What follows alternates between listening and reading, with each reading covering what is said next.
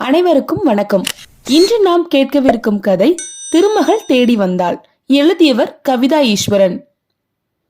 ஓட்டமும் நடையுமாய் திரும்பி திரும்பி பார்த்தபடி இருட்டில் நடந்து கொண்டிருந்தது அந்த பெண் உருவம். எப்படியோ ஒரு வழியாய் அந்த பேருந்தை பிடித்துவிட வேண்டும் என்ற எண்ணம் மட்டுமே அவளுக்குள் வியாபித்து நின்றதால் கிட்டத்தட்ட ஓடிக்கொண்டிருந்தாள். யார் கண்ணிலாவது பட்டுவிட்டால் வேறு வினையே வேண்டாம். மனம் பதபதைத்தது. மணி கிட்டத்தட்ட 2 நெருங்கி கொண்டிருந்தது. பாவம், விடிந்ததும் அக்காவும் அம்மாவும் தன்னை காணாமல் தவித்து விடுவார்கள் என்று நினைத்த போது கண்களில் கண்ணீர் திரண்டது. வேறு வழி எனக்கு தெரியலம்மா, என்னை மன்னித்து விடுங்கள் என்று மானசீகமாய் மன்னிப்பு கோரிக்கொண்டாள். படபடத்த மனதுடன் வந்து நின்ற பேருந்தில் ஏறி அமர்ந்தாள். ஆனாலும் மனதின் படபடப்பு அடங்கிய பாடில்லை. அயற்சியாய் பேருந்தின் இயற்கையில் சாய்ந்து கண்களை மூடிக்கொண்டாள். பேருந்து ஈரோட்டில் இருந்து சென்னை செல்லும் போது கால் போன திசையில் வந்த அவளுக்கு எந்த பேருந்து என்று பார்க்க கூட அவகாசம் இல்லை. பேருந்தின் முன்பக்கம் அமர்ந்திருந்ததால் ஓட்டுநர் நிறுத்தம் வந்தால் தன் ஒரு காலால் பிரேக்கை மிதிப்பதும் மீண்டும் வேகம் எடுத்தால் அந்த காலை எடுப்பதுமாய் இருந்தது. வேடிக்கையாய் தோன்றவே அதையே பார்த்த வண்ணம் அமர்ந்திருந்தாள் ரோஹிணி. ஓரிரு நிமிடம்தான். மீண்டும் தன் பயணம் பற்றிய கவலை அவளை ஒட்டி கொண்டது. உடனடியாக இந்த ஈரோட்டை விட்டு போய்விட வேண்டும். இப்போதைக்கு தேவை அதுதான். ஆனால் அதன் பிறகு நினைத்தாலே எதிர்காலம் பூதகாரமாய் அவளை பயமுறுத்தியது. எங்கே ஓடப் போகிறேன்? எப்படி பிழைக்கப் போகிறேன்? கடவுளே, பெண்ணாய் பிறந்தது என் தவறா? அதுவும் அழகான பெண்ணாய் வேறு பிறந்து தொலைந்து விட்டோமே. ஔவையார் பாடிய வரிகள் அவள் நினைவில் வந்தன. கொடியது கொடியது, வறுமையில் இளமை கொடியது. அவ்வளவு துல்லியமான கணிப்பு. அனுபவித்து எளியது அல்லவா? நாமும் இறைவனிடம் வரம் பெறும் சக்தி இருந்தால் ஔவையார் பிள்ளையரிடம் கேட்டது போல் எனக்கு முதுமை கோலத்தை தந்துவிடு என்று கேட்டிருக்கலாமே. நடவாத ஒன்றுக்கு ஆசைப்பட்ட மனதை நொந்து கொண்டாள். முடிந்த அளவு முயன்று பார்த்து விடுவது. முடியாவிட்டால்? மனம் கேள்வியையும் கேட்டது. நம்மால் பாதுகாப்பாய் இருக்க முடியுமா? முடியாவிட்டால்? தற்கொலை செய்து கொள்வதற்கும் மனம் இடம் தரவில்லை. இப்பெரிய உலகில் சின்ன ஜீவராசிகள் கூட உயிர் வாழும் போது நாம் மனித இனத்தில் பிறந்துவிட்டு தற்கொலை செய்து கொள்வது கீழ்த்தரமான கோலை செயல் என்று மனதில் தோன்றிய எண்ணத்தின் விளைவுதான் இப்பயணம். மனம் புயலாய் கொந்தளித்த கடல் போல் சுழன்று சுழன்று வீசிக்கொண்டிருந்தது. தலையை உலுக்கி அந்த நினைவுகளை ஒதுக்கிவிட்டு வலுக்கட்டாயமாய் கையில் இருந்த புத்தகத்தில் பார்வையை பதித்தாள். 4 மணி நேரம் கடந்திருந்தது. இன்னும் 4 மணி நேரத்தில் பேருந்து சென்னையை அடைந்துவிடும். விரைந்து கொண்டிருந்த பேருந்தின் முன்பக்க இருக்கையில் அமர்ந்திருந்தாள். காற்று விற்றென்று முகத்தில் கோதியது. காலை நேர பனியுடன் காற்று வீசியதால் குளிரால் நடுங்கியது உடல். தன் பையில் வைத்திருந்த ஸ்வெட்டரை அணிந்து கொள்ள தோன்றவே மேலே இருக்கும் பையை எம்பி எடுத்து அதன் இருக்கை மேல் வைத்து பிரித்து ஸ்வெட்டரை எடுத்தாள். கீழே குத்துக்கால் வைத்து அமர்ந்து பையை அழுத்தி மூடினாள். அப்போது எதேச்சையாய் ஓட்டுநர் இருக்கை கண்ணில் பட்டது. அவள் அப்போது கண்ட காட்சி அவளை தூக்கி வாரி போட்டது. இருக்கையில் அமர்ந்தபடியே முகம் கோணியிருக்க வாயில் நுரை தள்ளியபடி ஓட்டுநர் சரிந்து அமர்ந்திருந்தார். அவர் உடம்பு விழுக் விழுக்கென்று உதறிக்கொண்டிருந்தது. காலால் பிரேக்கை மிதிக்க முயன்று முடியாமல் தட்டு தடுமாறியபடியே பேருந்தை இயக்கி கொண்டிருந்தார் ஓட்டுநர். நிமிர்ந்து பார்த்தபோது பேருந்து அவர் கட்டுப்பாட்டை விட்டு பாதையின் ஓரத்துக்கு சென்று கொண்டிருப்பது தெரிந்தது. மண்பாதைக்கு அப்பால் இரு மரங்கிலும் பெரிய பெரிய மரங்களும் ஆளுயர குழிகளும் இருப்பது அந்த இருட்டிலும் பேருந்தின் முன்பக்க விளக்கால் அப்பட்டமாய் தெரிந்தது. உள்ளே அனைவரும் அமைதியாய் உறங்கிக் கொண்டிருக்க, கடவுளே, இவ்வளவு பேரையும் எப்படி காப்பாற்றுவது என்று எண்ணம் எழ நொடியில் எழுந்து ஓடி சென்று ஓட்டுநர் இருக்கையை பிடித்து உள்ளே நுழைந்து தன் காலால் தன்னால் முடிந்த அளவு பிரேக்கை மிதித்தாள். முன்பு தான் வேடிக்கை பார்த்து கொண்டு வந்ததால் நிறுத்தும் பிரேக் சட்டென புலப்பட்டது. பேருந்து ஒருவாறு சாய்ந்தபடி மண் பாதையில் இறங்கவும் வண்டி நிற்கவும் சரியாய் இருந்தது. கீச் என்ற ஓசையுடன் வண்டி நின்றதால் அனைவரும் விழித்துக் கொண்டனர். பின் இருக்கையில் பயணச்சீட்டை கொடுத்துவிட்டு கணக்கு பார்த்து கொண்டிருந்த நடத்துனரும் அப்படியே கண்ணையர்ந்திருந்தார். வண்டியின் குழுக்கள் அவரை விழிப்பு நிலைக்கு கொண்டு வர பதற்றத்துடன் எழுந்து என்னப்பா என்ன என்று கலவரத்துடன் ஓடி வரவும் அனைவரும் விழித்துக் கொண்டு நடந்த சம்பவத்தை பார்த்து பதறினார்கள். ஒரு நிமிடம் ஒன்றுமே புரியவில்லை என்றாலும் உடனே சுதாரித்துக் கொண்ட நடத்துனர் நடந்தவைகளை ஊகித்துவிட்டு அவசரமாய் கைபேசியை எடுத்தார். அதற்குள், சார், அவசரப்படாதீர்கள். இன்னும் இங்கிருந்து 10 மைல் சென்றால்தான் நகரம். அதுவரை இந்நிலையில் இவரை கொண்டு செல்வது ஆபத்து. எனது ஊர் 2 மைல் தூரம்தான், கிராமம்தான். ஆனாலும் மருத்துவ வசதி உண்டு என்றபடி தன் கைபேசியில் யாருடனோ தொடர்பு கொண்டான் அந்த இளைஞன். 5 நிமிடத்தில் அங்கு வாகனங்கள் வந்து சேர முதலில் இறங்கியவர் மருத்துவரே. அவரை அவசரமாய் பரிசோதித்த மருத்துவர், இவருக்கு உடனே சில மருந்துகள் தேவைப்படுகிறது, அதை நீங்கள் வாங்கி வாருங்கள் என்று அந்த இளைஞனிடம் கொடுத்து விட்டார். இப்போதைக்கு நான் இவரை நம் மருத்துவமனைக்கு கொண்டு செல்கிறேன் என்றபடி நடத்துனரையும் தன் வாகனத்திலே ஏற்றிக்கொண்டு சென்று விட்டார் மருத்துவர். அந்த இளைஞன் தன் கைபேசியின் மூலம் அரசு போக்குவரத்து அலுவலக எண்ணில் தொடர்பு கொண்டு நடந்தவற்றை சுருக்கமாய் விவரித்துவிட்டு மற்ற பயணிகளுக்கும் மாற்று பேருந்து வரும் என்று கூறிவிட்டு இவளிடம் திரும்பினான். அதற்குள் நடத்துனர் கூறிய விவரங்களால் விஷயத்தை கேள்விப்பட்டு விட்ட சிலர் ரோஹிணியின் கரங்களை பற்றியவாறே உள்ளம் உருகியவர்களாய் நன்றி தெரிவித்துக் கொண்டு இருந்தார்கள்.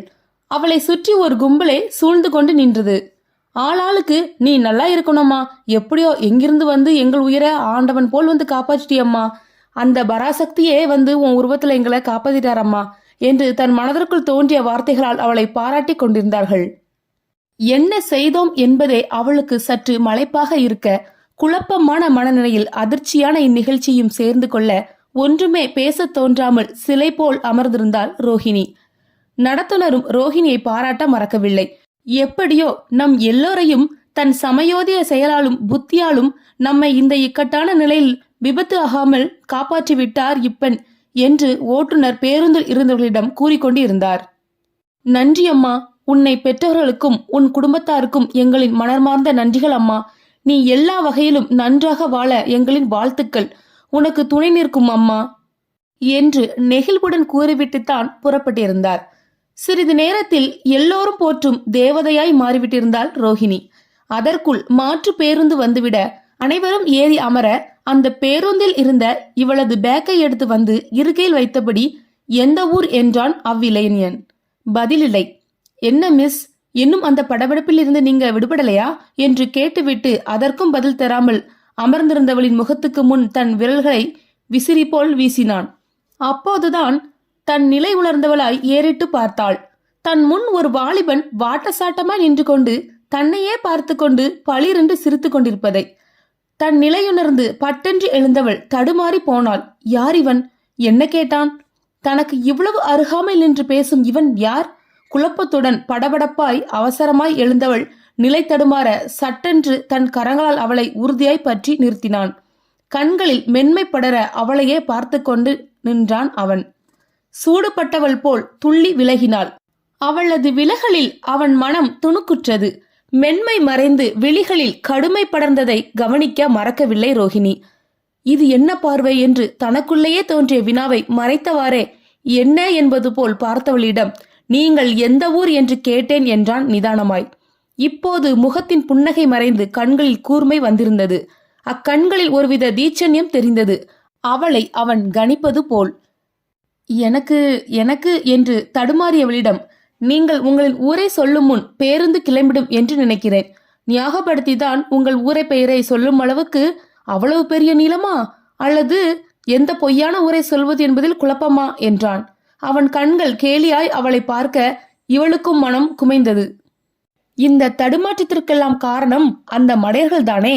அவர்கள் மட்டும் அவ்வாறு இல்லாமல் இருந்தால் நான் ஏன் சொந்த ஊரை விட்டு ஓடி வந்து இப்படி எவனோ ஒருவன் முன் குன்றி நிற்கப் போகிறேன்?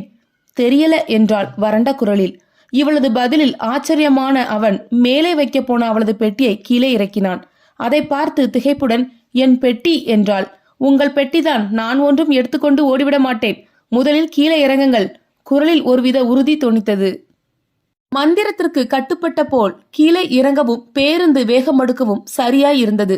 ஐயோ, பேருந்து போகிறதே என்று பின்னே ஓட எத்தனித்தவள் இவனிடமிருந்து பெட்டியை கிட்டத்தட்ட பிடுங்கிக் கொண்டு ஓட முயன்றாள். பெட்டியின் கனமும் மனதில் உளைச்சலும் போட்டி போட்டு கொண்டு அவளின் அமைதியை குலைத்திருக்க மீண்டும் மேலும் ஓட முடியாமல் தோய்ந்தாள். பேருந்தும் சென்றுவிட சுற்றிலும் வானாந்தரமாய் காட்சியளித்தது பூமி. துணைக்கு இருட்டும் சேர்ந்து கொள்ள மருண்டவள் ஐயோ, இப்படி தனியாக வலிய வந்து மாட்டிக்கொண்டோமே இவனிடம் என்ற எண்ணம் தோன்ற மயங்கி சரிந்தாள். அவனது வலிய கரங்கள் அவளை தாங்கிக் கொண்டன. அன்று காலை வெயில் பிரகாசமாய் தன் கதிரிகளை நீட்ட புரண்டு படுத்த ரோஹிணி திடுக்கிட்டு எழுந்து அமர்ந்தாள். தான் எங்கு இருக்கிறோம்? தான் எப்படி இங்கே என்ற குழப்பங்கள் வரிசையாய் அணிவகுக்க நடந்த நிகழ்ச்சிகள் கோர்வையாய் வெளிவந்தன. அவன் கரங்களில் விழுந்தது நினைவு வர உயிரே போவது போல் இருந்தது. வெட்கமே இல்லாமல் இப்படி விழுந்து விட்டேலா? கழிவிறக்கம் வாட்டியது. நிஜம் புரிந்தது. ஐயோ, எனக்கு புலிக்கு பயந்து இங்கு வந்து சிங்கத்தின் குகைக்குள் அல்லவா சிக்கியிருக்கிறோம். முதலில் அவளது பார்வையில் அவன் கண்ணியமாய் தோன்றினாலும் பிறகு அவளிடம் வேண்டுமென்றே ஏதேதோ பேச்சு கொடுத்து அவளது கவனத்தை திசை திருப்பி பேருந்தை விட்டுவிட வைத்து விட்டான். தன் தவறையும் அவன் மீது சுமத்த நினைத்தது மனது. நல்லவனா இருந்திருந்தால் அவனே பேருந்தின் பின்னாடி ஓடி சென்றோ அல்லது கைகளை தட்டி சத்தமிட்டோ பேருந்தை நிறுத்தியிருப்பான். உனக்கு எங்கு போயிற்று புத்தி? இறங்குனா இறங்கிடுவியா? மனம் தர்க்கம் செய்தது. தான் தடுமாறி மனம் குழம்பி நின்ற ஒரு வினாடியை பயன்படுத்தி கொண்டு அவளை தனிமைப்படுத்தி விட்டான். அதற்கு பிறகு நடந்தவைதான் இவளுக்கு நினைவில்லையே. இந்த பாலும் மயக்கம் மட்டும் வராமல் இருந்தால் தன் மீதே வெறுப்பு வந்தது அவளுக்கு. எத்தனை பேருக்கு தான் பயப்படுவது? இந்நேரம் விஷயம் வெளியில் தெரிந்திருக்கும். அம்மாவும் அக்காவும் பதபதித்து இருப்பார்கள். அவர்களை நினைத்தாலே பாவமாய் இருந்தது. ஒரு தகவல் மட்டும் அனுப்பிடலாம் என்று நினைத்து, அம்மா, நான் எந்த பிரச்சனையும் இன்றி நலமுடன் இருக்கிறேன், அக்காவிடமும் சொல்லிவிடுங்கள், எனக்கு இதைவிட வேறு வழி தெரியவில்லை, நான் நிச்சயம் நீங்கள் தலை தாழும் எந்த செயலையும் செய்ய மாட்டேன் என்று உறுதியளிக்கிறேன், தேவைப்பட்டால் நானே தொடர்பு கொள்வேன், என்னை மன்னிக்கவும் என்று செய்தி மட்டும் அனுப்பி வைத்தாள் தன் கைபேசியில் இருந்து. தான் இருக்கும் இடம் தெரிந்தாலும் அக்காவோ அம்மாவோ யாரிடமும் சொல்லிவிட மாட்டார்கள் என்று அவளுக்கும் தெரியும். அவளது நிலையை புரிந்து கொண்டு அவர்களும் கண்ணீர்தான் விட முடியுமே தவிர பிரச்சனையை தீர்க்க முடியவில்லை. தன் அப்பா மட்டும் உயிரோடு இருந்திருந்தால் தனக்கு இத்தகைய நிலை ஏற்பட்டிருக்காதே. அவள் கண்முள் நடந்த நிகழ்வுகள் வலம் வர அவசரமாய் மனதை கட்டுப்படுத்தி கொண்டாள். எழுந்து குளியலறைக்கு சென்றாள். எல்லா பொருட்களும் தயாராய் இருக்க காலை கடன்களை முடித்துவிட்டு வெளியே வந்தவள் தன் பெட்டியில் இருந்த உடைகளை எடுத்து அணிந்து கொண்டு நெற்றியில் சிறிய வட்டமாய் ஒரு கருப்பு நிற ஸ்டிக்கரை ஒட்டி கொண்டாள். ஈட்டி மரத்தால் செய்யப்பட்ட அலங்காரமான நாகரிக மேசையில் வரிசையாய் பொருட்கள், சீப்பு, பவுடர், சில வகை முகப்பூச்சுகள். இந்த அறை யாரோ ஒரு பெண்ணுடையதா இருக்குமோ? பெண்களுக்கு தேவையான சாமான்கள் தான் எல்லாம். எப்படியும் வசதிமிக்க மனிதன்தான் என்பது புரிந்தது. இனி எப்படியோ தான் தப்புவதை பற்றி தான் யோசிக்க வேண்டும். மிகுந்த எச்சரிக்கையோடு தான் தப்ப வேண்டும். அதற்குள் கதவு தட்டப்பட மனதில் லேசான பயம் படர கதவை சற்று கவனத்துடனே திறந்தாள். ஒரு கழித்த கதவின் முன் வயதான பெண்மணி நின்று கொண்டிருந்தார். வாமா, தயங்காமல் வெளியே வா என்று அன்புடன் அழைத்தாள் அந்த அம்மா. மனதில் கொஞ்சம் அது தெம்பை தர வெளியில் வந்தவளை ஈர்த்தது பெரிய அளவில் பிரேம் செய்து மாட்டியிருந்த ஒரு படம். அதில் குடும்பமாய் நின்று போஸ் கொடுத்து கொண்டிருந்தவர்களில் சிறிய வயதில் சிறுவனாய் தெரிந்தவன். இவன்தான் நம்மை அழைத்து வந்தவனோ? பார்வையிலே நல்ல குடும்பமாய் தெரிந்தது. எனவே கண்டிப்பாய் ஒழுக்கமுடைய ஒரு மனிதனாய்த்தான் அவன் வளர்ந்திருப்பான். என்ன பெயரில்லா பெரிய நாயகியே, தங்களின் கணிப்பு சரிதானா? வேறு எப்படி உங்களை அழைப்பது? வந்து 2 நாள் ஆகியும் உங்கள் பெயரை சொல்லவில்லையே. பதறி அடித்தபடி நிமிர்ந்தாள். தன் 2 கரங்களையும் பின்னே கொண்டு சென்று சேர்த்தவாறு இவளை நோக்கி நடந்து கொண்டிருந்தான் அந்த இளைஞன். அதே ஆரோக்கியமான பல்வரிசை. இவன் எப்படி தன் மனதில் நினைத்ததை ஒரு நிமிடம் தடுமாறி போனாள். புகைப்படத்தில் இருப்பது நான் தான் என்று ஊகித்திருப்பீர்களே, அதை சொன்னேன். அப்பாடி என்றிருந்தது இவளுக்கு. என் பெயர் விபுதன்யன். இனியாவது என் பெயர் ரோஹிணி. அப்பாடா, ஒரு வேளை ஊமையோ என்று நினைத்தேன். இது என் அம்மா, அப்பா, அக்கா. ஆனால் இப்போதைக்கு யாருமே இங்க இல்ல, இந்த ஆயாவை தவிர. சாவகாசமாய் படத்தை தொட்டபடி பேசியது அவனின் உயரத்தை காட்டியது. வாங்க மிஸ் ரோஹிணி, சாப்பிடலாம். நீங்கள் முதலில் சாப்பிட்டு விட்டு வாருங்கள் என்றபடி மேலேறி சென்று விட்டான் அந்த நெடியவன். தான் இருக்கும்போது சாப்பிட தயக்கமாய் இருக்கும் என்று எண்ணியபடி அவன் சென்றது அவளை ஈர்த்தது. பரவாயில்லை, நாகரிகம் தெரிந்தவன்தான். சிறு குறுநகை அரும்பியது அவள் இதழில். இட்லியும் சாம்பாரும் தேங்காயும் சட்னியும் பொங்கலும் இதமாய் இறங்கின வயிற்றுக்குள். கூச்சப்படாதம்மா, எப்போதும் நான் இங்கு இருப்பேன். எது வேண்டுனாலும் கேள். உன்னை பாதுகாப்பா பாத்துக்க சொல்லியிருக்காரு ஐயா. என்னை உளவு பார்க்கறானோ? நினைத்தவாறு கை கழுவியபடி திரும்பியவளை அழகான குரோட்டன்ஸும் அழகிய ரோஜாக்களும் பூத்து குலுங்கிய தோட்டம் ஈர்த்தது. ஏய், மரியாதையாய் சொல்லிவிடு, எங்கேடி அந்த ஓடுகாலி கழுத? கோபத்தில் கத்தினான் வாணியின் கணவன் அவளை உலுக்கியவாறு. ஐயோ மாப்பிள்ளை, அவளுக்கு ஒன்றும் தெரியாதுப்பா, அவளை விட்டுடப்பா. அப்போ உங்களுக்கு தெரியுமோ? சொல்லுங்க. இத பாருங்க, பெரிய மனுஷன்னு பாக்குறேன். உன்னை மட்டும் நல்ல நினைவு வச்சுக்கோங்க. என்னோட தம்பிக்கு தான் உங்க மக. இல்லைனா இதோ இங்க நிக்கிறாளே உங்க மூத்த பொண்ணு, இவ இனி வாழா வெட்டியா இந்த வீட்டுல தான் இருப்பா. எது வேணும்னு பொறுமையா முடிவு பண்ணுங்க. மிரட்டிவிட்டு வெளியே நடந்தான் மணிகண்டன். அடுத்த நொடியே அதே ஆத்திரத்துடன் வாணி கைபேசியை எடுத்தாள். தன்னிடம் இருந்த கைபேசி அழைக்க பரபரப்பாய் அதை எடுத்தாள் ரோஹிணி. நான் அக்கா பேசுறேன். இத பாருடி, நீ தைரியமா நல்லா இரு, எதை பத்தியும் கவலைப்படாத, வர்றத நான் பாத்துக்கிறேன். முடிந்த அளவு நீ இந்த பக்கம் தலை காட்டாத. சட்டென்று துண்டிக்கப்பட்டது தொடர்பு. என்னடி சொல்ற? உன் புருஷன் சொன்னதை கேட்டுக்கிட்டுமா இப்படி பேசுற? அதனாலதான் பேசுறேன், அவளாவது அங்கு நிம்மதியா இருக்கட்டும். நான் இந்த நாயங்க கால்ல சிக்கிட்டு படுற அவஸ்தை போதும். மீறினா என்ன, நான் இங்கே இருப்பேன், அவ்வளவுதானே. நான் வாழ்ந்து முடிச்சிட்டேமா, இனி புதுசா வாழ ஒன்னும் இல்ல. ஆனா அவ வாழ போறவ, அவ மனம்படி வாழட்டோமா. அப்படி போடுடி என் தங்கமே, கொடுடி என்ற அவள் கையில் இருந்த கைபேசியை பிடுங்கிக் கொண்டான் மணிகண்டன். இவன் போய்விட்டதாய் நினைத்து தப்பு கணக்கு போட்டுவிட்டாள் வாணி. ஏதோ நடந்திருக்க வேண்டும். அக்காவின் குரலில் தெரிந்த அவ்வளவு நடுக்கமும் வார்த்தைகளில் தெரிந்த அந்த உறுதியும் அதை உறுதி செய்தது. கைபேசி அழைக்க அதை உயிர்ப்பித்தாள் மணிகண்டன். அக்கா அக்கா, என்னக்கா, என்னாச்சு? ஏதோ ஓ என்று தொடரும் முன், பேசாதடி, பேசுவது உன் மாமா என்று சொல்வது பாதி கேட்கவும் அணைத்து விட்டாள் கைபேசியை. ஒருவாறு விஷயம் விளங்கிவிட்டது. மாமா எப்படியோ விஷயத்தை தெரிந்து கொண்டு கத்தியிருப்பார். அதனால்தான் அக்காவிடம் இருந்து வந்து பேச்சில் அவ்வளவு உறுதி இருக்கிறது. பாவம் அக்கா, தன்னால் எத்தனை அடி வாங்கினாலோ. மனம் கலங்கியது. யமகாதகன் மணிகண்டன் எப்படியும் கண்டுபிடித்து விடுவான் இவ்விடத்தை. அவன் வருவதற்குள் இங்கிருந்து சென்றுவிட வேண்டும். எப்படி இங்கிருந்து கிளம்புவது என்ற யோசனையோ திடுக்கிட்டு நிமிர்ந்தவள் மனதில் இருப்பதை மறைத்தவாறே, இல்ல, என் ஊருக்கு போகணும், அதைத்தான் நினைத்தபடி. என்னிடம் பேருந்தில் அப்படி சொன்னதாய் ஞாபகம் இல்லையே, வேறு ஏதோ சொன்னதாய் நினைவு. தன்னை மறந்து பித்து பிடித்தாற்போல் அமர்ந்திருந்த பொழுது ஏதேனும் என்ன சொல்லியிருப்பேன்? தெரியல என்பதுதான் உங்களின் ஊரின் பெயர் என்று எனக்கு அப்போதே தெரிந்துவிட்டதே. பாவிப்பெண், இப்படியா சொல்லி தொலைத்தேன்? அது அந்த நிலையில் எனக்கு போதும். ஒரு பொய் சொன்னால் அதை காக்க 1000 பொய் சொல்ல வேண்டியது வரும். கை நீட்டி எச்சரித்தான். உங்களது பொய்களை நான் கேட்க தயாரில்ல, வெறுப்புடன் சொன்னான். தன் நிலையை நொந்தபடியே மீண்டும் அறைக்குள் சென்று தாளிட்டு விட்டு படுத்தவளுக்கு கண்ணீர் நிற்க வெகு நேரம் ஆயிற்று. மாலை 5 மணி இருக்கும். கதவு தட்டப்பட திகைத்து எழுந்தாள். பயப்படாதேமா, நான் தான் ஆயம்மா. சீக்கிரம் முகம் கழுவி தயாராக வந்தா கோவிலுக்கு சென்று வரலாம். இல்ல ஆயா, நான் வரல, நீங்க கிளம்புங்க. அட என்ன பொண்ணுமா நீ, எங்குமே வராம இந்த கோயில் மிகவும் சக்தி வாய்ந்த அம்மா. எது நினைத்தாலும் உடனே நிறைவேறும். இறுதியாய் ஆயம்மா சொன்ன வார்த்தைகள் அவள் காதில் விழ விரைந்து எழும்பி கிளம்பினாள். கும்பாபிஷேகத்திற்கு தயாராகி கொண்டிருந்தது கோவில். வயல் சுற்றிலும் சூழ்ந்து இருக்க அதன் நடுவில் ஆரவாரமே இல்லாமல் அமைதியாய் இருந்தது கோயில். இதுதாம்மா நம்ம ஐயாவோட குலதெய்வம். வர்ற மாசியில திருவிழா. கற்பனசாமி அம்மா, நல்லா வேண்டிக்கோ. தீய சக்திகளையும் தீயவைகளையும் நியாயத்திற்கு புறம்பா நடப்பவர்களையும் ஒருபோதும் விட்டு வைக்காது இந்த சாமி. ஆயா விவரித்த கற்பனசாமியின் தோற்றம் கொஞ்சம் அச்சம் தருவதாய் தான் இருந்தது.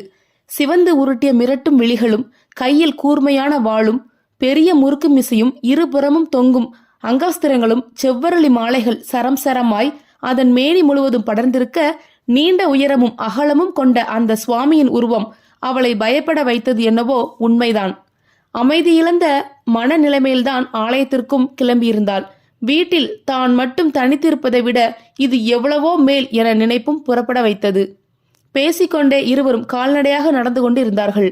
நான், பெரிய ஐயா இருவரும் ஒரே வயது கொண்டவர்கள்தான். என் அப்பா இவங்க தோட்டத்துல வேலை செய்வதால் நானும் என் அம்மாவும் வீட்டில் வேலை பார்ப்போம். இப்போது ஒருவருமே இல்லையே. இன்னும் 10-15 நாட்களில் அம்மா வந்து விடுவார்கள். ரொம்ப நல்ல மனுஷியம்மா. வேலைக்காரன்னு பாகுபாடு எல்லாம் கிடையாது. எல்லாம் நல்ல விதமா நடத்துவாங்க. நானும் அவங்களுக்கு இதுவரை நம்பிக்கையாத்தான் பணி செய்துகிட்டு வர்றேன் கண்ணு. அம்மானா அது பெரியம்மாங்க. சின்னையா தான் தனக்கு கல்யாணமே வேண்டான்னு ஒரே பிடிவாதமா இருக்குது கண்ணு. அது ஒண்ணுதான் ஐயாவுக்கும் அம்மாவுக்கும் மனசங்கடம். மத்தபடி எல்லா வகையிலையும் தம்பி தங்கம், நிறைய படிச்சிருக்கு. இருந்தாலும் நம்ம ஊர்ல இருந்து கொண்டு விவசாயம் பாப்பேன்னு பிடிவாதமா பெரியாய கிட்ட சொல்லிடுச்சு. அவரும் முடிந்த அளவு சொல்லி பார்த்துட்டு வெளிநாட்டுக்கு அதுக்கு இதுக்குன்னு அலையறாங்க ஐயாவும் அம்மாவும். தம்பிக்கு ஒரு அக்கா இருக்குது. அதுக்கு வெளிநாட்டில் கல்யாணம் கட்டி கொடுத்துட்டாங்க. அம்மா கொஞ்ச நாள் பொண்ணு வீட்டுக்கும் கொஞ்ச நாள் ஐயாவோடவும் இருப்பாங்க. ஐயாவுக்கும் முன்ன மாதிரி முடியறது இல்லையாம். வயசாகுதுல்ல கண்ணு. பேசியபடியே கோயிலை சுற்றி வந்து இருந்தனர் இருவரும்.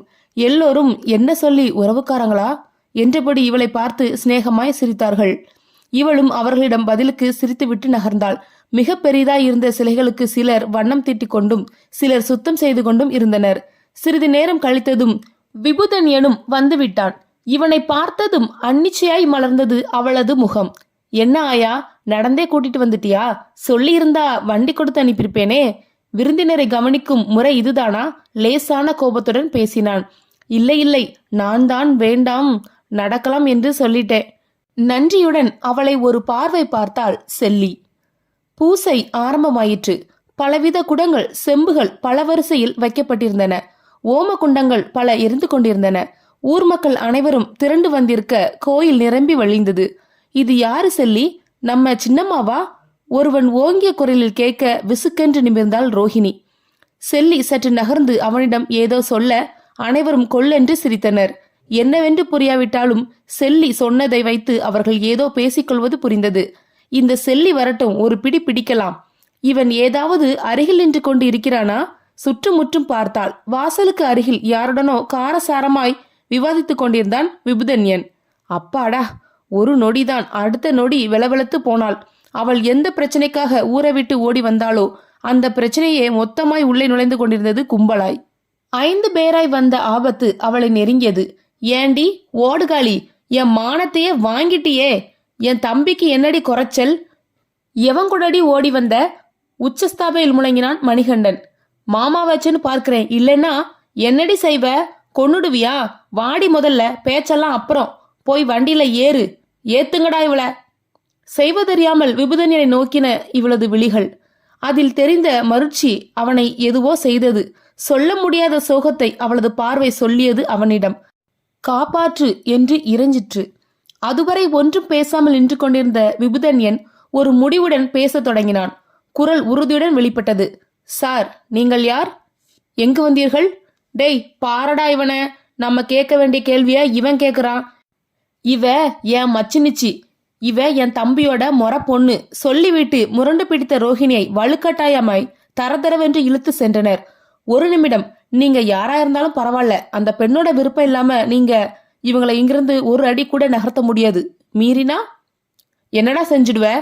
டேய் என்று குரல் கொடுத்து கொண்டே கூட்டம் திரண்டது. மலைத்து போனார்கள் வந்தவர்கள். ரோஹிணியை பார்த்து கேட்டான்.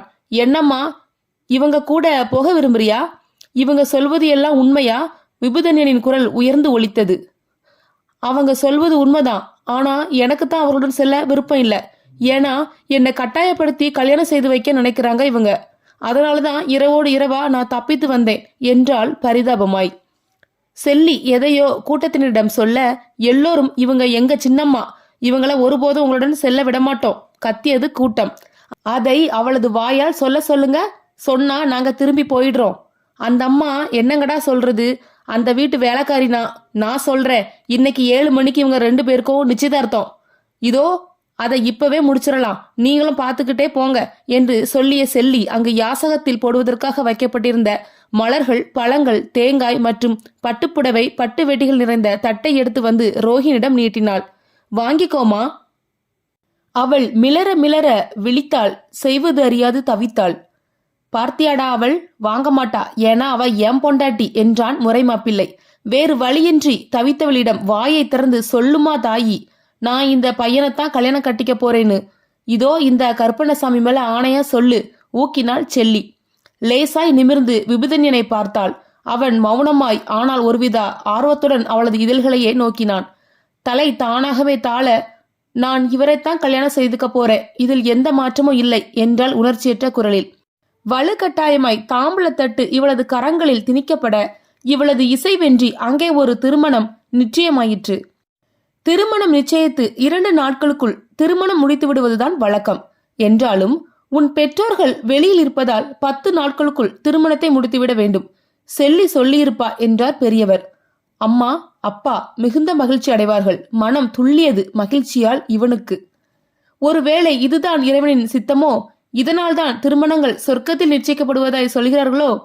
சூழ்நிலை கைதியாய் மாறிவிட்ட அவளால் இந்த இக்கட்டில் இருந்து மீள வழி தெரியவில்லை. மனதில் வெறும் நிச்சயம்தானே முடிந்திருக்கிறது, திருமணம் நடக்கவில்லையே என்ற எண்ணமோ சற்று ஆறுதல் தருவதாய் இருந்தது. மோதிரத்தை போடப்பா விபுதன்யா. பெரியவர் கூற தன் சுண்டு விரலில் தான் அணிந்திருந்த மோதிரத்தை அவளது சந்தன விரலுக்கு மாட்டினான். பூவை வைத்து விடப்பா. தட்டில் இருந்த மல்லிகை மலர் சரத்தை சூட்டினான் அவள் கூந்தலில். அவன் விரல் பிடித்து மோதிரம் மாட்டும்போது இவளால் நிமிர்ந்து பார்க்கவே முடியவில்லை. அவமானமும் கூச்சமும் போட்டி போட்டது அவளுக்குள். அவனோ பார்வையால் மட்டுமின்றி, இனி எப்போதும் உன்னை என் கண்மணியாய் நான் காட்பேன், கவலைப்படாதே என்றான் மெல்லிய குரலில். அதற்குள் பேச்சில் தெரிந்த ஒருமை அவளை யோசிக்க வைத்தது. இது நிஜம் என்றே நினைத்து கொண்டால் போலும். தன் கண்களால் அவளது கயல்விழியில் அவளது காதலை தேடினான். அதற்கு பதிலாய் உணர்ச்சியற்ற பார்வையை தான் அவள் பரிசீலித்தாள். அதுவரை உயிர்ப்புடன் பிரகாசமாய் தெரிந்த அவனது பார்வையில் ஒருவித இறுக்கம் வந்து குடியமர்ந்தது. அதை தாங்காமல் தலையை குனிந்து கொண்டாள் ரோஹிணி.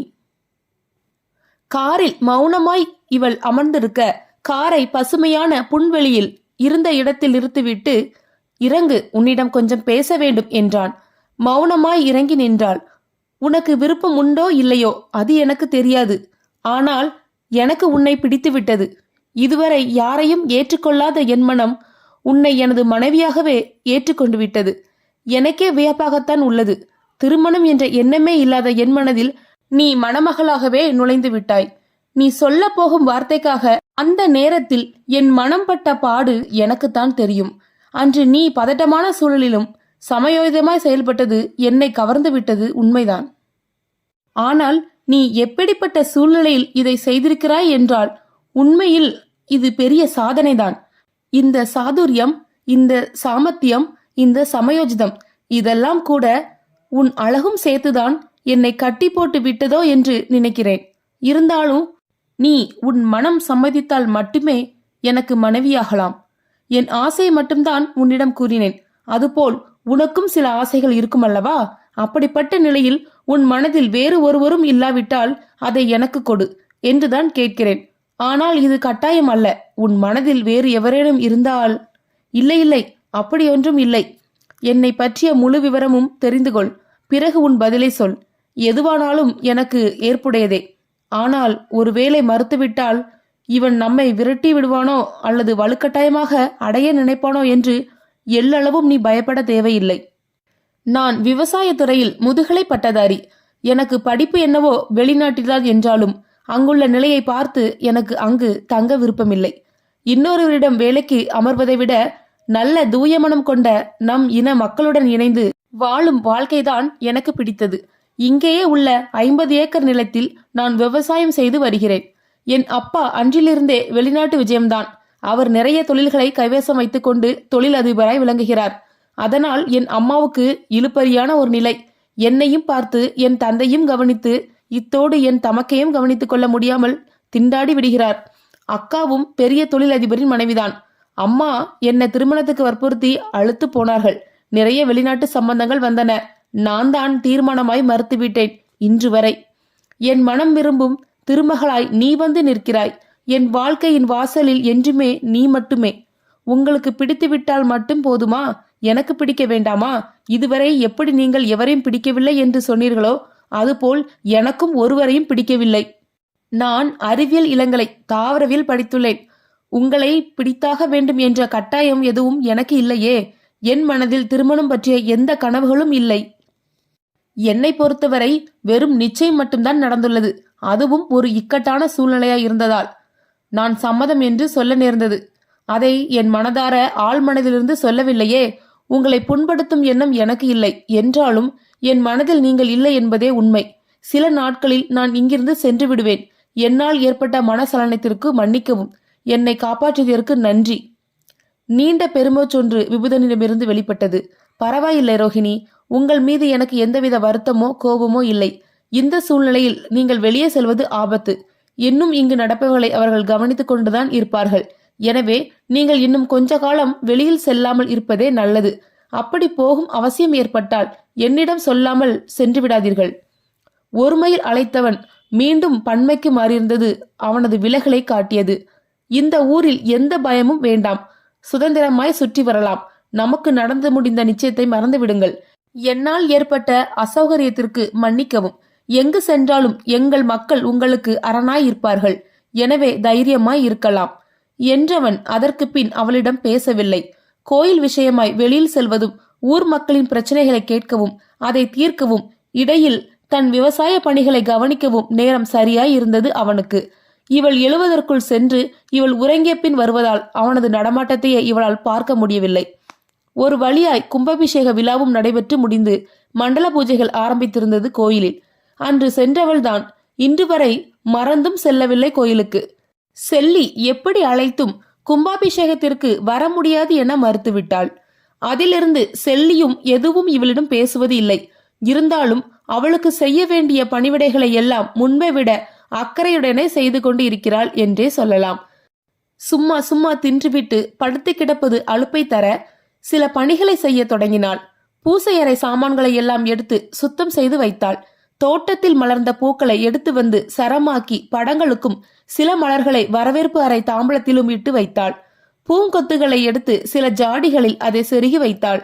அவை தெரியாமல் இருக்கும் வண்ணம் சில வண்ண காகிதங்களை அதில் ஒட்டி வைத்தாள். பொன் ஜாடிகளாய் பளபளத்தன அவைகள். அவனது அறையில் அன்றுதான் நுழைந்திருந்தாள். கலைந்து கிடந்தது அவனது புத்தகங்கள், புழுதி படிந்த மேசைகள், கீழே விழுந்து கிடந்த பேனாக்கள், இவற்றையெல்லாம் ஒழுங்குபடுத்தி விட்டு திரும்ப அவன் கலற்றி எறிந்த கைலியும் பேண்ட் சட்டைகளும் இருந்தன. அதை எடுத்து அழுக்கு கூடையில் போட வெளியே வர முற்பட எதன் மேலும் மோதி கொண்டாள். அவள் விழப்போன நிமிடத்தில் அவளை தாங்கி இறுக்கிக் கொண்டன இரு கரங்கள். ஒரு நொடி நடந்தது புரியாவிட்டாலும் ஒரு இதமான பாதுகாப்பு உணர்வு அவள் மனதில் தோன்றுவது கண்டு பயந்து போனாள். என்ன இது? அருவருக்கும் உணர்வல்லவா தோன்றியது அன்று கூட? என்னவாயிற்று எனக்கு?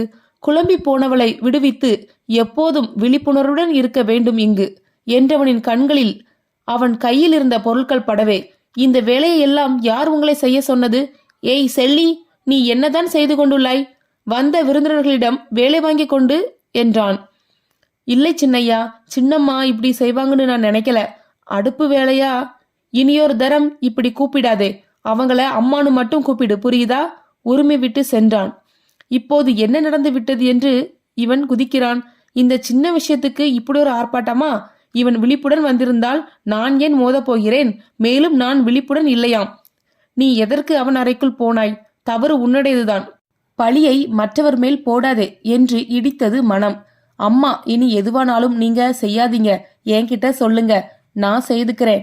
சின்னம்மா என்ற அழைப்பு விடுபட்டிருந்தது.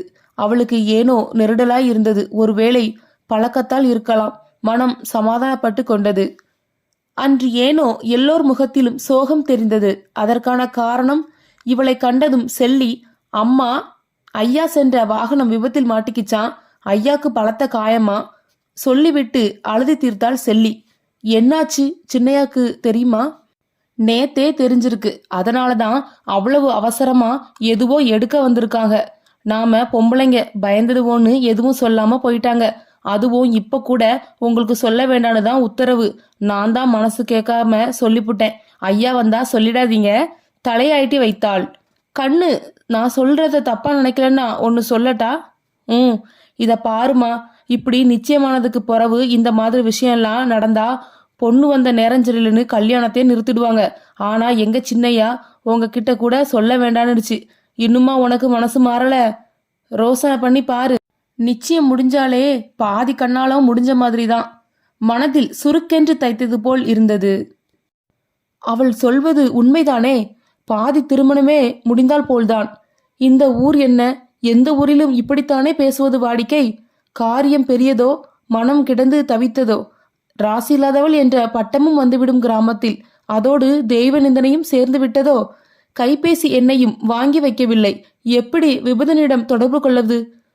போய் தேடி பார்க்கலாம். மனது சொல்ல அவனின் அறைக்கு சென்று தேடினாள். பொன் நிற பொடிகளால் தடவப்பட்ட தாள்கள் கொண்ட ஒரு புது டைரி ஒன்று அவள் கண்ணில் படவே அதை எடுத்து பிரித்தாள்.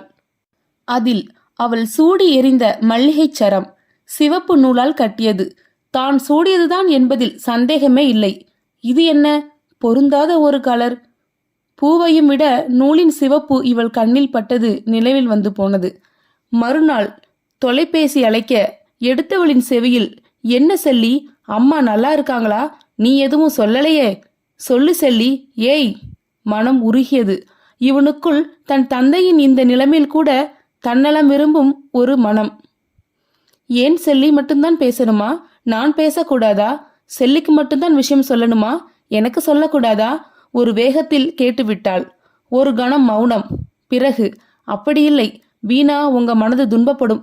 கவலையெல்லாம் எங்க வீட்டு மனுஷங்களோட போகட்டும் தான் வீட்டுக்கு வந்த விருந்தினரையும் இதை சொல்லி வருத்தப்பட வைக்க கூடாதுன்னு நினைச்சோம். அத்தே, எங்க அக்கா பையன் படிப்புக்கு 50,000 வேணும். நாளைக்கு ரெடி பண்ணி வச்சிடுங்க. வந்து மாப்பிள்ள தப்பா நினைக்காதீங்க. ரோஹிணிக்கும் படிப்புக்கு பணம் கட்ட வேண்டியிருக்கு. இன்னைக்கு கடைசி தேதியாம். அதெல்லாம் எனக்கு தெரியாது. மகன் வீட்டுக்கு ஒரு கஷ்டம்னா தாங்கிடத்தான் மாமனார் வீடு. எதுக்கெடுத்தாலும் சாக்கு சொல்லிட்டு உங்க கஷ்டத்தையே சொல்லிட்டு இருந்தா வந்துடுமா பணம்?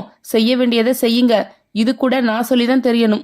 புரியாமல் அவளின் அம்மா விழிக்க உள்ளே சென்று பீரோ லாக்கரில் இருந்து அம்மாவின் தாலி கொடியை எடுத்து வந்தான் மணிகண்டன். மாப்பிள்ள, அது மட்டும் வேண்டாம்ப்பா. உங்க மாமா நினைவா அது இருக்கு. என் உயிர் போனதுக்கு பின்னால வேணா நீங்க வச்சுக்கோங்க. அம்மா கெஞ்ச கெஞ்ச சட்டையே செய்யாமல் மாமா எடுத்து சென்றது அவள் கண்முன் தோன்றி மறைந்தது. பெண்ணை விரும்பாமல் பொன்னை மட்டும் விரும்பும் அவர்கள் எங்கே? பெண்ணை மட்டும் விரும்பி அவளது மறுப்பையும் அலட்சியத்தையும் கூட அமைதியாய் ஏற்று தந்தையின் இந்த நிலையில் கூட தன் மனம் கவர்ந்தவனின் மனதை நோக வைக்க கூடாது என்று முனைப்பு காட்டும் இவன் எங்கே? மனம் எடை போட்டு பார்த்தது. மேலும் 2 நாள் கழித்திருக்க ஒரு வழியாய் வந்து சேர்ந்த விபுதன்யன் உருவம் அவளுக்கு திகைப்பை ஏற்படுத்தியது. தாடி வளர்ந்த வாடிய முகம், சோர்ந்த விழிகள், தோய்ந்த நடை. இவள் பார்ப்பது விபுதன்யன் தானா? செல்லியும் தன் பங்குக்கு புலம்பி தீர்த்து விட்டாள். எப்படியெல்லாம் பெரியய்யா செல்லம்மா தன் மகனை வளர்த்தாங்க தெரியுமா? வாரத்தில் 2 நாள் தம்பிக்காகவே ஒதுக்கி சோறு ஊட்டுவது, குளிப்பாட்டுவது என்று சகலமும் தானே தன் மகனுக்கு செய்து கொள்வார். எனக்கும் பெரியம்மாவுக்கும் குழந்தை இருக்கும் நினைப்பே வராது. அவர் போகும் வரை அதனால்தான் சின்னவரு கலங்கி நிற்கிறாரு. இத பாரு கண்ணு, உன்னை என் மகளா நினைச்சு சொல்றேன். உன்னை எப்படி ஆபத்திலிருந்து சின்னையா காப்பாத்தினாங்க, அது போல நீயும் அவரை காக்கணும். சின்னையா மட்டும் இல்லைன்னா இந்நேரம் அவனுங்க உன்னை தூக்கிட்டு போய் தாலி கட்டி குடும்பமே நடத்தியிருப்பானுங்க. அவரை நீ கண்ணாலும் கட்டிக்காயும் பரவாயில்ல, செய்த நன்றிய மறந்துடாதம்மா. பெரிய ஆபரேஷன் முடிஞ்சாதான் நில சொல்ல முடியும்னு சொல்லிட்டாங்களாம். பெரியம்மாவும் எந்நேரமும் அழுதுகிட்டே இருக்குதான். பாப்பா தான் ஃபோன் பண்ணிச்சு, இங்க தம்பிய நல்லா பாத்துக்கோன்னு. அப்பாவை வேறு மாதிரியான நிலையில பார்க்க என்னால முடியாதுன்னு சொல்லிட்டு தம்பி இங்கு வந்துடுச்சான்.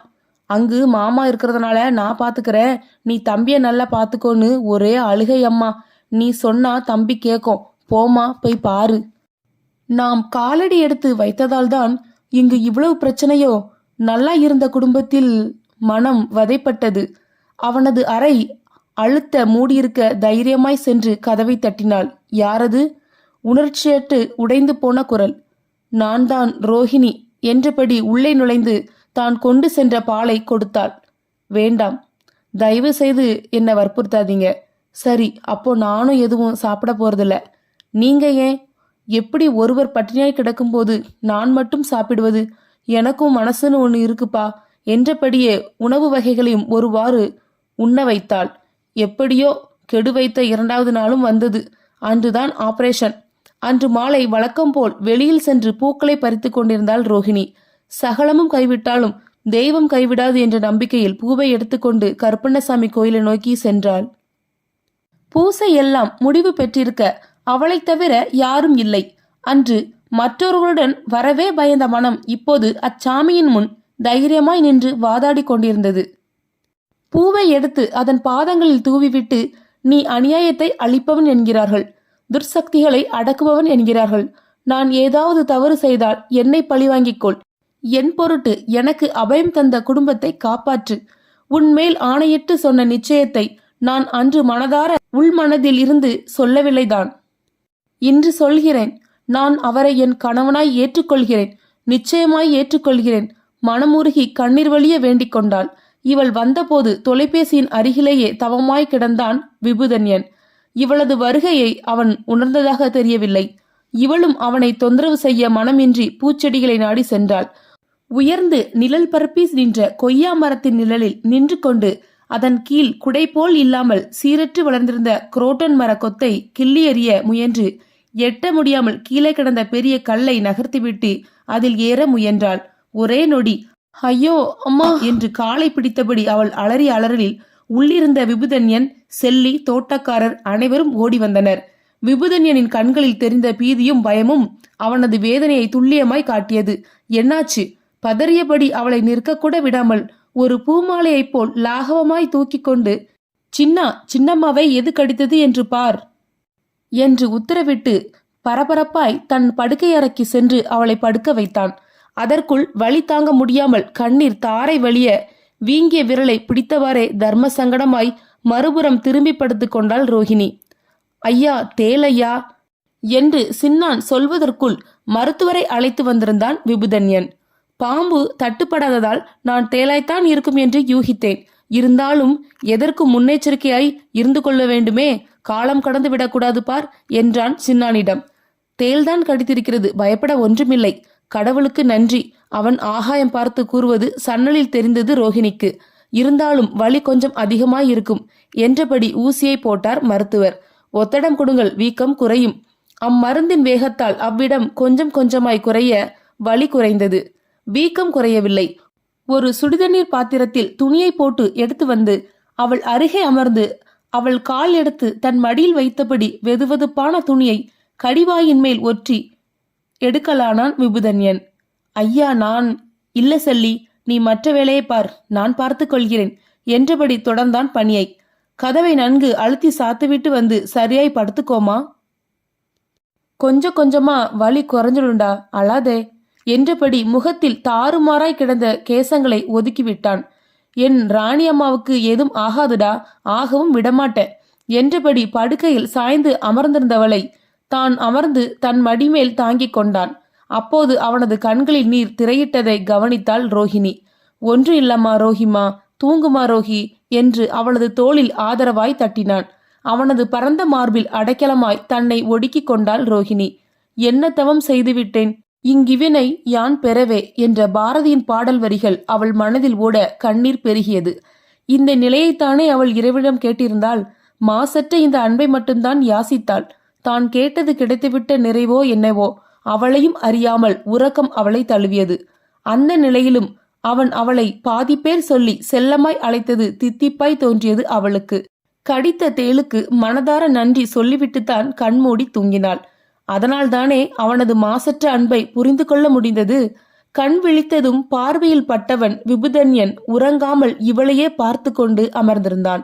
இவன் விழிப்பை கண்டதும் பதறியபடி, ரோஹி, எப்படி இருக்கு வலி, இன்னும் வலிக்குதா? குரலில் தெரிந்த அவன் வலியை இவள் உணர்ந்தாள். இல்லை என்பது போல் தலையாட்டினாள். கண்கள் கடிகாரத்தில் பார்வையை பதித்தவள் பதறிப்போனாள். மணி காலை 6 காட்டியது. விடிய விடிய எனக்காக என் அருகிலேயே மண்டையிட்டு தவங்கிடக்கும் இந்த ஜீவன், இதற்கு நான் என்ன தரப்போகிறேன் நன்றி கடனாய்? அவள் கேள்வி எழ நெஞ்சம் நெகிழ்ந்து போனாள். அப்பாவுக்கு அறுவை சிகிச்சை வெற்றிகரமாய் முடிந்து ஆபத்து கட்டை தாண்டி விட்டாராம். இரவு 8 மணிக்கு தகவல் சொன்னாங்க அம்மா. ஆனால் உன்னை இந்த நிலைமையில் விட்டுட்டு நான் எப்படிடா செல்ல முடியும் சொல்லு என்றபடி அவளது முகத்தை ஒரு குழந்தையை பார்ப்பது போல் பார்த்து கொண்டு கேட்டான் விபுதன்யன். அதுவரை அவள் அடக்கி வைத்திருந்த அழுகை நன்றி பெருக்கால் வெளிப்பட்டது அவளிடமிருந்து. கேவி கேவி அழுத அவளை சமாதானம் செய்ய முடியாமல் தவித்து போனான் விபுதன்யன். என்னடா வேணும் உனக்கு, ஏன் இன்னும் இந்த அழுக? அவனை முடிக்க விடாமல் தொடர்ந்தாள் ரோஹிணி. எனக்கு நீங்கள் வேண்டும், இதே அன்போடு நேசத்தோடு முழுமையாய் நீங்கள் மட்டுமே வேண்டும் விபு. என் விபு மட்டும் எனக்கு போதும் இவ்வுலகில் என்றபடி அவனது கழுத்தில் கைகளை மாலையாக கோர்த்தபடி அவனது கரங்களில் அடைக்கலமானாள் ரோஹிணி. நாமும் வாழ்த்துவோம். பல்லாண்டு வாழ்க. சுபம்.